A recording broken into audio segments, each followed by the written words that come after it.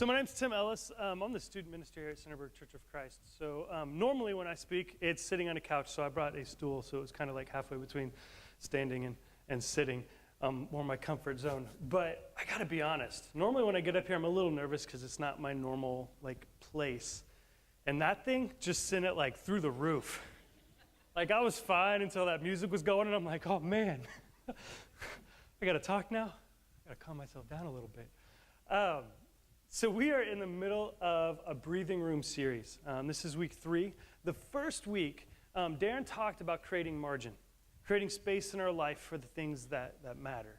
And last week I thought was a great message. If you missed last week, not that the first week wasn't, but I really enjoyed last week's. I encourage you to go on our website and to check it out and to watch it. But there was 3 things that he said that stood out to me towards the end. One is that our days are limited, so that we need to limit our days. If we stuff our days full of everything, then we're going to miss things that are important around us. The second was that he said there's 2 things that are unique to each of us. One is our children, our families, and the other is our spouse. And that everything else can be handled or done by somebody else. My old boss, it was kind of ironic that it was my boss, but he used to say it this way. He said, everybody's replaceable. He's like, I'm replaceable, you're replaceable, we're all replaceable. What we do isn't necessarily what's important. It's who we are that's important. Because we can get a task done by anybody, but it's who we are and spending time with the people and things that matter that's important. And the third one is that our kids don't need more to do, they need more of you. By the way, Darren's much better at rhyming than I am, so you don't expect any of those fun alliterations from me. Our kids don't need more to do, they need more of you. And our tendency, at least my tendency with things like this sometimes, is to see a series like this that talks about making space, creating margin, getting breathing room, as adding one more thing to do. We approach these topics as okay, now I got to do that too. I've already got all this huge to-do list that I can't figure out how to accomplish, and now I get to figure out how to create breathing room too. And it's a little overwhelming. It's daunting, it's stressful. But here's my encouragement. Here's my encouragement as we talk about this today and as we talk about it next week and as we just kind of let this series simmer, is to not see it as something else to do, but see it as an invitation to breathe. See it as an invitation to rest. Rest isn't something to do. It's an opportunity to not do. So see this as an invitation to say no. I'm not used to that either. I am one who never says no. My wife gets on me about it all the time. And it's super ironic that I'm talking about this topic this week because I said yes to far too many things this week. There was one evening I was supposed to be home this week, right? I said way too much to way too many things this week. Even I didn't actually check the mic before I got up here today. It was turned it on, does it work? Yay! Because I was doing something this morning instead of getting all this stuff ready. I've said way too much. I said yes to way too much this week. But there's power. There is power in saying no. Because when we say no, we're opening up that opportunity to breathe. Today, in this series on breathing room, the topic is Sabbath. All right, we hear this word Sabbath, and it's kind of an ancient term. It's something that the Jews practiced way back when. It's not something that we see practiced a lot now, but I think there's significance in it. And the idea behind Sabbath is that they would take 24 hours of rest, typically, and it would start on Friday night at sundown, and then it would end on Saturday night at sundown. There'd be meals, there'd be worship, there'd be all these things that they would do together, but there was no work.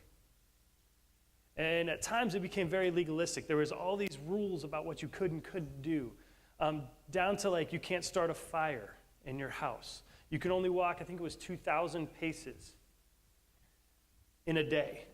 You couldn't ask certain things of certain people. There was all these things that you couldn't do. And it was an opportunity for the Jewish nation to recenter, to refocus, to rest. Hobby Lobby. You guys all know the store, right? The first time I walked in there, I'll be honest, it was really disappointing.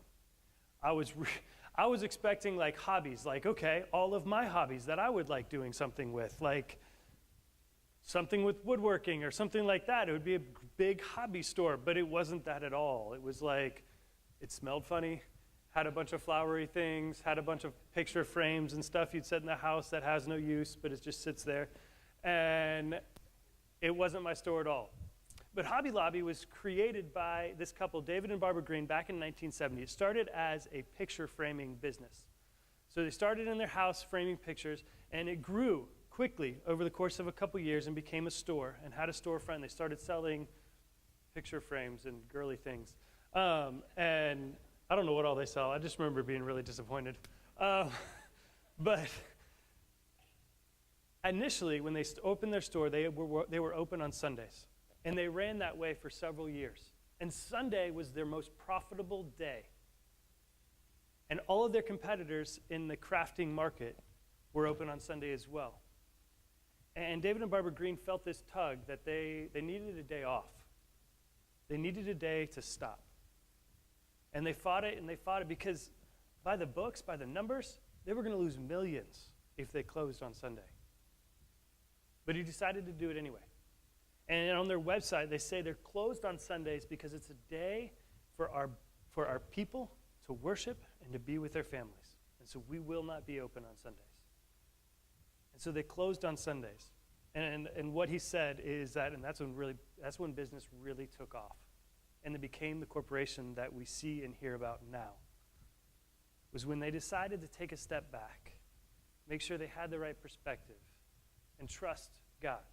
Because really all of these things, taking space, creating margin, having breathing room, taking a Sabbath, is about trusting God and not ourselves. Trusting what God can do and not what we can see. As I said, this is something that I've not been very good at this week. But it is something that Katie and I are passionate about, I would say. It started for us, this whole idea of figuring out what the Sabbath was, I would say 9 years ago. So we had Gwynnen. Gwynnen was one. We got pregnant with Afton. Afton was getting ready to be born, and we had just moved to Virginia. And in Virginia, we hadn't sold our house in Tennessee, so we were trying to take care of and pay for a house in Tennessee that was still on the market because we moved in 2008, which was a great year to sell a house. And we had this house in Tennessee that we could not sell, and we were trying to sell, and we were paying for. And then we were living in Virginia. We just had our first child. We were getting ready to have our second, and we were trying to start a ministry and do a job and get engaged with a new community, learn a new place because neither one of us had lived there before, and there was just a lot going on. And it started with this idea of, okay, there's got to be something better. The way we're living life, the way we're doing life right now is stressful. And I broke, Brendan knows this because we've talked about it, I broke 2 teeth in my mouth during that season because of grinding my teeth because I was so stressed. I broke 2 teeth. And it's this idea that there's got to be something better. There's got to be something better than the way we are doing life. This can't be what God had intended for us. And so we started reading books because that's what we do, right? You start looking on YouTube or you start reading books and figuring out what the problem is and what the solution is. And we found this guy named Dr. Sleeth. He's a physician that is also a believer, and he wrote this book called 24/6. And he basically pulls out this idea that, guys, something's missing, that we need to take rest. Our bodies are intended to rest, and he lays out this groundwork for it. And I would say it was transformational for us. Because all of a sudden what was chaotic created a space for us to rest and to gain perspective. And it all starts in Genesis 1, back at the beginning. It's where everything begins, right? In Genesis 1, in the creation story, on day 6, God creates us. He creates humanity. And the image that's used there, the phrase that's used there is that we are created in the image of God. So he creates man and woman in his image. Let us make mankind in our image, in our likeness. And the words that are used there, it doesn't mean that like he put up a mirror and said, I'm going to make him look like me, and like drew himself, right? It means that literally pieces of God were put into us. That there's parts of us as humanity that reflect him because he is in us. That's the words that are used there. It's a powerful description. And then the very next chapter, the very next day, day 7, God does something different. He has 6 days of making nothing, or making something out of nothing. Said it backwards. Making something out of nothing, and then you hit day 7, and he says, now we're going to do nothing. He says, by the 7th day, God had finished the work he had been doing. So on the 7th day, he rested from all his work. Then God blessed the 7th day and made it holy, because on the 7th day, he rested from all the work of creating that he had done. Think about this for just a second with me. Humanity was just created. Man and woman are just now here. We are new to the earth, new to the universe. Everything's new, right? And the first thing that happens on day 1 is God says we're going to take a rest. Imagine that, right? You show up to a job day 1. It says, hey, go ahead and take the day off. We're just going to relax. We're just going to chill. We're not doing any work today. It's just how it's going to be. It's just not, yeah. Sean's laughing because he would never do that. I've worked for him. So, on this first day that humanity is in existence, God asks us to rest. And here's the thing. When we see this word rest, I think we struggle with it. I know I struggle with it because if I take an afternoon nap, which happens usually very impromptu and unexpectedly. Usually I'll be going, and I sit down on the couch to like eat something or to have a cup of coffee, and I'll drink my cup of coffee, and it never fails. I drink my cup of coffee, and I fall asleep on the couch, right? I just pass out. Katie basically says I'll go until I sit down, and if I sit down, I'm out. And rest is, and when I wake up from that, I always feel lazy. I always wake up, and I'm like, I'm sorry. I didn't mean to do that. You've been taking care of the kids, and I've just been sitting here like a bum sleeping on the couch. I'm sorry. And that's what we think of when we think of this idea of rest. But rest is far more than taking a Sunday afternoon nap. Rest is taking space. Rest is taking that breathing room. Rest is both physical, but it's also spiritual and emotional and relational. Rest is good because rest helps us refocus and re-energize for the day ahead. It helps us center ourselves emotionally and spiritually on what is important. Because when we never rest and we're always going, we quickly lose sight of perspective. You guys all have kids. Well, not all of you guys.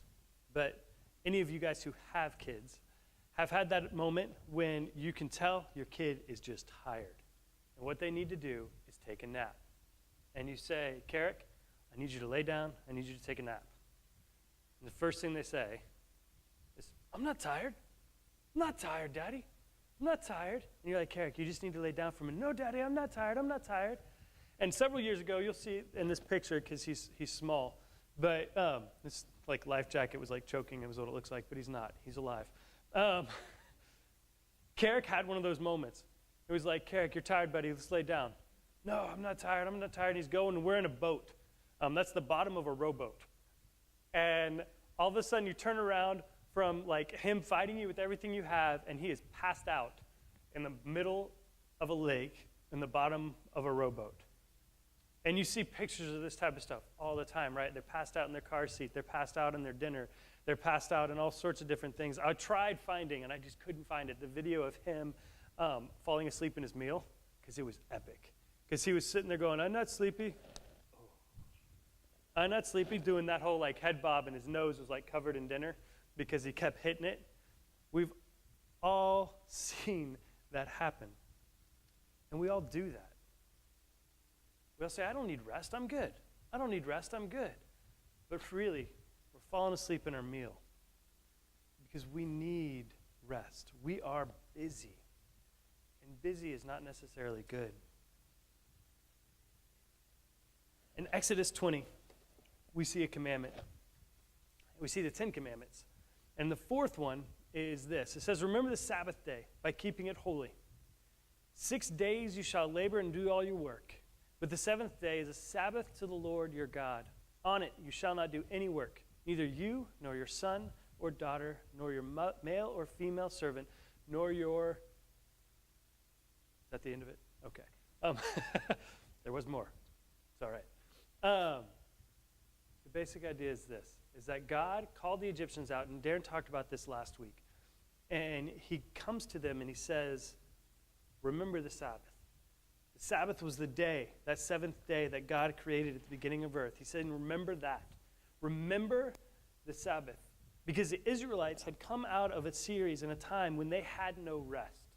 They were working and working and working and working. Their identity was in how much they could do and how much they could make over anything else. And God pulls them out of that slavery and frees them from that. And they're on their way to the promised land. Took a little while, but they're on their way to the promised land. And they're sitting at the bottom of this mountain. And God tells them to remember the Sabbath. Remember it. Now, why remember? I think it's a beautiful way of God calling us back to Him. This placement of this commandment is between 3 commandments at the beginning that talk about how we interact with God, and the last 6, right? Yeah, the last 6. I'm good with math. The last 6 that deal with how we interact with people. It's placed right in the middle. And I think that God placed it there intentionally, because He's calling us to remember the rest that He created at the beginning of the world, because that rest is what restores us to Him and to our neighbors and to the people around us. I love the grace that is seen in this passage, because it's not God calling them out into the wilderness and saying, all right, guys, let's get to work. It's not another one of these commandments where it says, don't do this, don't do this, don't do this. It's not a legalistic thing. It's God saying, hey, guys, remember to be with me. Remember to take this space. Remember to take this breathing room. Take 24 hours out of a week and stop. The literal translation for Sabbath is to cease and desist. To cease and desist. Stop. God Almighty, the creator of the universe, calls us to remember rest. And it's not rest as in taking a nap. It's rest as in this opportunity to renew. This opportunity for us to be restored. This opportunity to live something better. In 1964, during the World's Fair, there was a congressional study that was revealed during the 1964 World's Fair. And during this 1964 World's Fair, what they revealed was that technology was advancing at such a rate that they thought by the year 2000 that we would be working 14-hour work weeks and that we would have 3 months of vacation a year. All right? Think about that. That in 1964, they saw technology advancing to the rate that they thought we would be working 14-hour work weeks and be taking 3 months off a year. Because of the way things had advanced and technology had moved, they thought we wouldn't be having to do as much. That technology would be doing the work for us. So how many of you guys have that? Nobody? Come on. So our phones, right? Hey, I've got missed calls and texts.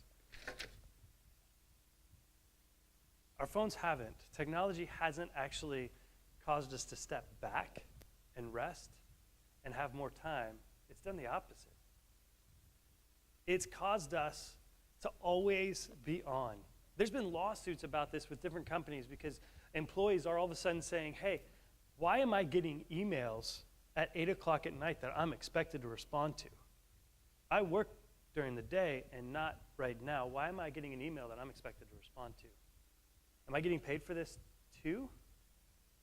Right? And All of us have been there. We've all had those things that we're like, man, I'm not working right now, but I just got this text message from my boss, and now I feel like I got to do something. Our phones have kept us connected to busyness. Our phones have created more work, if not less. And I don't even know if I would say that productivity is even better. I would say it's probably worse. Job stress for us in America is double that of developing nations that don't have the technology we do. So I would say the congressional study was wrong, that it's actually done the opposite. So the Sabbath is something that the Jewish people practiced regularly. It was a weekly rhythm in their life that they did. And actually in Exodus 31, it says that it was punishable by death. All right? Think about that. It was a practice that God said, if you don't remember my Sabbath, you will die. All right? Death for not resting. That's a serious nap, right? But we don't practice it today. We don't consistently and regularly engage with the Sabbath today. And so the question is, why? Why don't we? And there's a lot of reasons, and there's a lot of debate about this. And if anything, I would say there's a resurgence right now in this idea of the Sabbath. If you look at online at articles and that sort of thing. And even between friends, we have some good friends that regularly practice the Sabbath. And they practice it on Saturday, and Katie and I try to practice it on Sunday. And I say try because we're not very good at it, but we try. But why is it not practiced now? Is the basic question. And the reason is this. In Mark chapter 2, Jesus is in a synagogue on the Sabbath healing people, right? He's healing people, and he's approached about the fact that he's doing work on the Sabbath, and that you should be punished for by death. And so Jesus responds to him, and he says this, and man, it's bold if you think about it from his perspective. He says, then he said to them, the Sabbath was made for man, not man for the Sabbath. And the Son of Man is Lord even of the Sabbath. The Sabbath was made for man, not man for the Sabbath. So the Son of Man is Lord even over the Sabbath. And the idea here is that Sabbath was created for us. It wasn't some legalistic ritual of rules that we had to follow and a command that was like, do not do this, do this, do this, do this. It was created for us because it's an opportunity for us to be restored and renewed weekly. Jesus is claiming that remembering to rest was created for our benefit. It's an invitation to something more. And then we see in Hebrews, the whole book of Hebrews is the Hebrew writer talking about all of these Jewish rituals and practices and how they're fulfilled in Jesus. So how Jesus fulfills all of these things that the Jewish nation, that the Israelite nation practiced that were pointing towards Jesus. And he's saying, look, Jesus fulfilled all of these things. And the Sabbath is one of those. In Hebrews chapter 4, he says, there remains then a Sabbath rest for the people of God. For anyone who enters into God's rest also rests from their works, just as God did from this. Let us therefore make every effort to enter that rest so that no one will perish by following the example of disobedience. What he's saying is that Jesus is the ultimate Sabbath rest.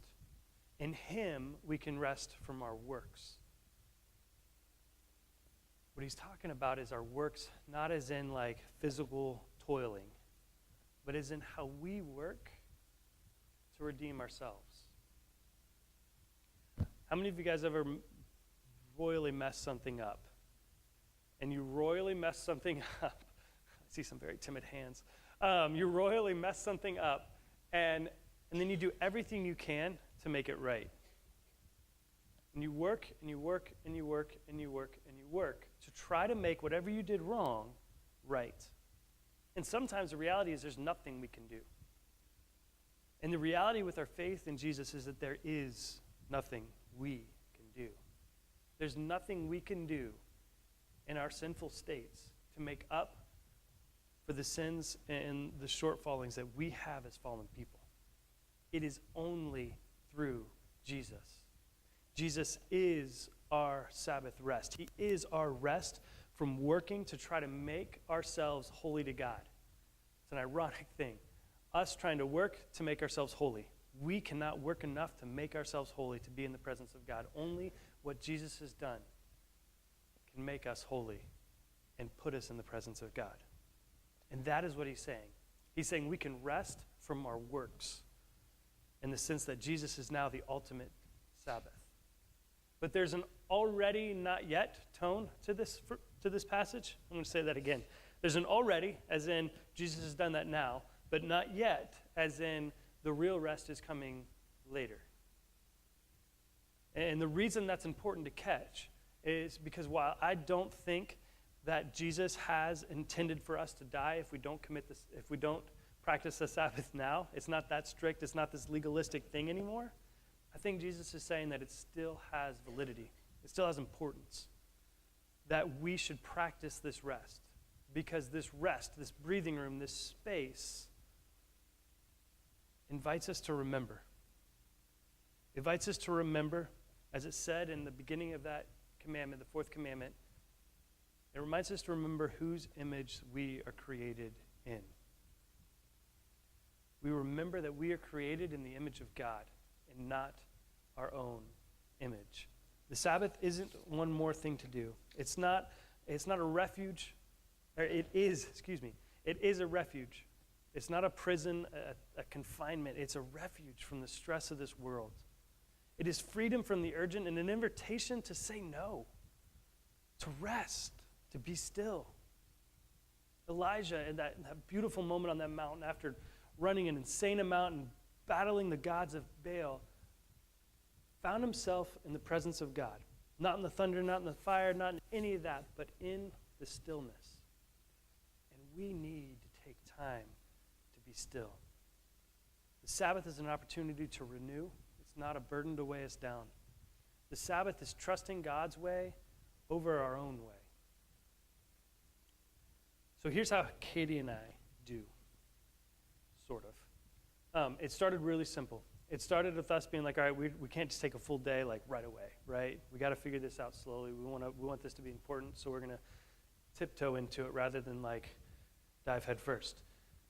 So it started simple. Sunday afternoons, we would take walks. We would make sure we set aside time for us to be together and to not have any distractions. We'd leave our phones at home. We would go and we would do stuff together with no distractions. We would make sure we took time and set aside on Sunday to worship, but also to just be still and try to not do anything. And it's progressed a little. I only say a little because, like I said, we're not great. But we've set Sunday aside. We have to prepare on Saturday because on Sundays we have church, right? And if I am coming in right now and I wrote my lesson this morning, then I wouldn't be resting. That would be me working. Me up here teaching isn't necessarily, it's kind of a weird gray line, right? But to me, it's not necessarily work. It's sharing what God's been doing in my life. And then on Sunday nights, we have a high school group that comes over to our house and hangs out. And so that, in a way, is work. It's work if I didn't prepare for it ahead of time. But really, what Sunday night is us just hanging out with kids. It's hanging out with people, and we enjoy that. For us, the Sabbath, we don't do any major projects. We don't do any major cleaning. So cleaning has to be done before Sunday, which is hard with 4 kids in the house.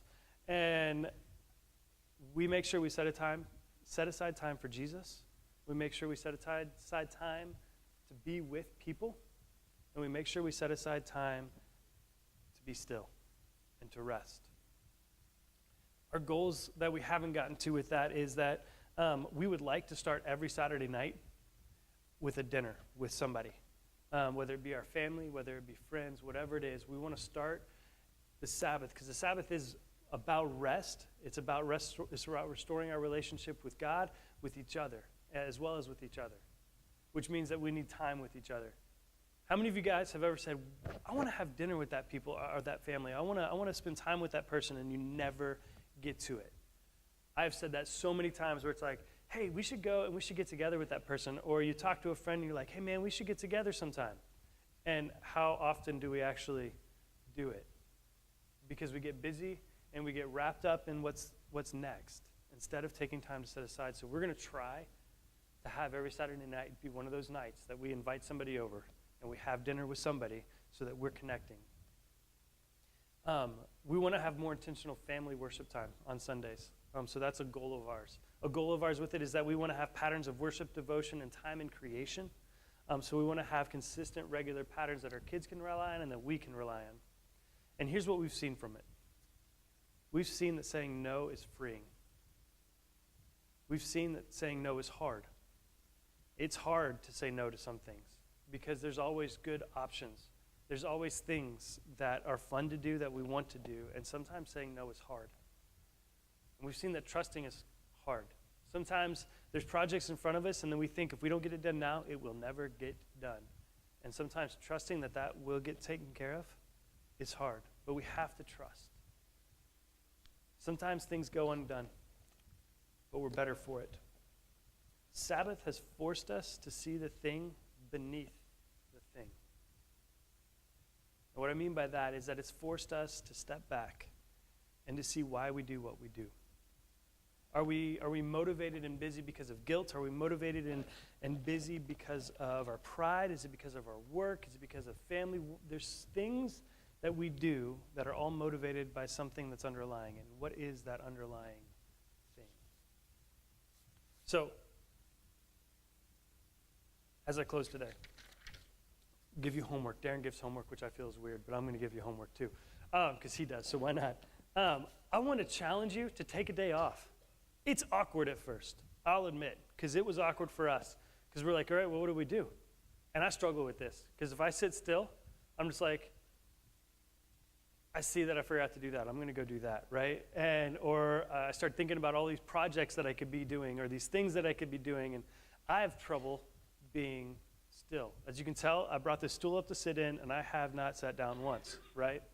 I struggle with this. But resting is good. The Sabbath, rest, taking a day off to be with Jesus, to be with your family, to say no to the busyness and to draw some boundaries, to put up some guardrails to protect us, and to remind us and to refocus us on Jesus and on the people around us is good. That is a good rest. And I want to challenge you guys to try that. This is a great week for it. It's Thanksgiving week. There's all sorts of opportunity for you to say, you know what? Today, I'm not going to touch work. I'm just going to be with family, and I'm going to make sure I have time to be still with Jesus. As we close, every week we have an invitation, an opportunity for you to respond to Jesus. And I just want to say this, that Jesus is our ultimate rest, that he is our Sabbath.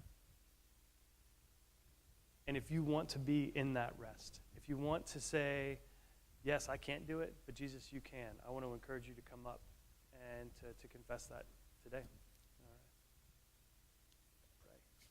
Pray. Thank you so much for today. Lord, I thank you for this opportunity. And Lord, I pray that you will calm our souls, that you'll let us not be distracted by the tyranny of the urgent, the busyness around us. But Lord, that we can just rest in you, that we can take time to have breathing room and to take time to Sabbath with you. And it's in your Son's name we pray. Amen.